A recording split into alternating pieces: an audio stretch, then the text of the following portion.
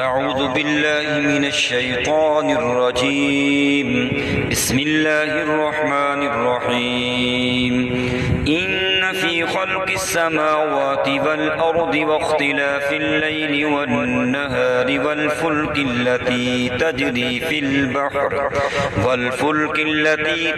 في البحر بما ينفع الناس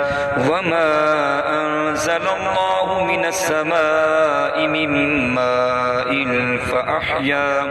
فأحيا به الأرض بعد موتها وبث فيها من كل دابة وتصريف الرياح والسحاب المسخر بين السماء